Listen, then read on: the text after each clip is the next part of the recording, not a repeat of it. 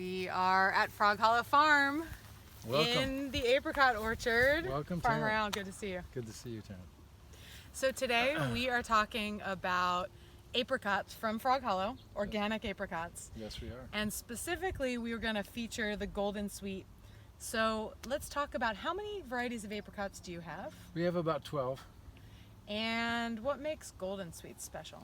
Golden Sweets are the mid-season of all the apricots. It's actually, we only have one variety coming in after this, but so it's like the perfect apricot. It's much like the Blenheim. It's the right size, it's got a much better texture than Blenheim, but it's got that same apricot dense sweet flavor that Blenheim has.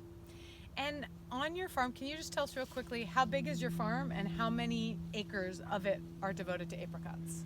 So we have about 26 acres of apricots, which is about 10% of our farm. Okay. We're farming 260 acres.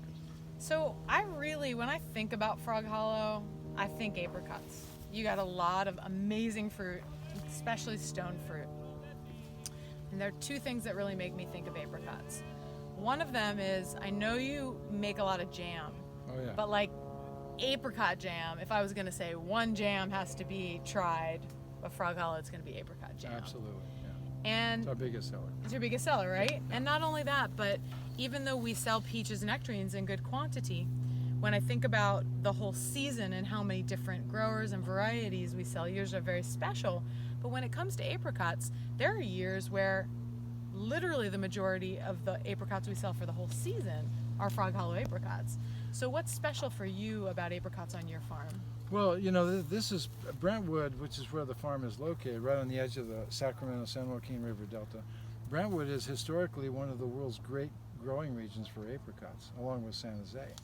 Now you don't have San Jose anymore. There's a few apricot farms left in Gilroy, but for the most part, this is apricot central here. This is the ground zero for apricots. Why is this, of all the places in the country, why is it an optimum place for growing apricots? Oh, it's the soil and the climate. It's the terroir, and more specifically, we have really warm summer days, but really cool evenings, and that helps build up the sugar. That change in temperature allows the trees to rest, and it gives them a chance to recover from the heat of the day, and that aids the metabolic process of creating the sugar in the fruit. Oh, cool. Yeah, sometimes I'll talk about chill hours in these videos, and we talk about the fact that there's so many different varieties during any season, right? There, you said 12 apricots. Yep, that's right. Because some of them are going to need more chill hours, some are going to be okay with fewer, and that again allows a grower to extend the season, be able to have fruit to sell earlier and later, which is not only good for the grower, it's good for us, and it's really good for me personally as an apricot eater and a fruit eater. Right. But that means each of those varieties is going to have a little bit of a different characteristic. That's right. And we're always balancing, is it early fruit so we can get it to market early with it? Is it the best fruit with the optimum flavor and acid sugar balance and all of that? And we just get to learn about all that stuff, which is cool. One other thing that I just want everyone to know about when it comes to apricots. Stone fruit in general, which is peaches, plums, nectarines, cherries, apricots, can be risky as a grower. And what that means is some years are great years, bumper crop is a term that's used, and sometimes it is rough. And I wanted to ask you if you can explain why it is that it's so risky, particularly with apricots. Well, apricots are the stone fruit variety, which is the most susceptible to brown rot damage. The flowers, which bloom in the last week of February, are very vulnerable. They're very fragile. They're very susceptible. They get fungus real easily. Peaches and nectarines are a little more resistant to fungal attack. Cherries are not too bad, but the apricots are just real fragile.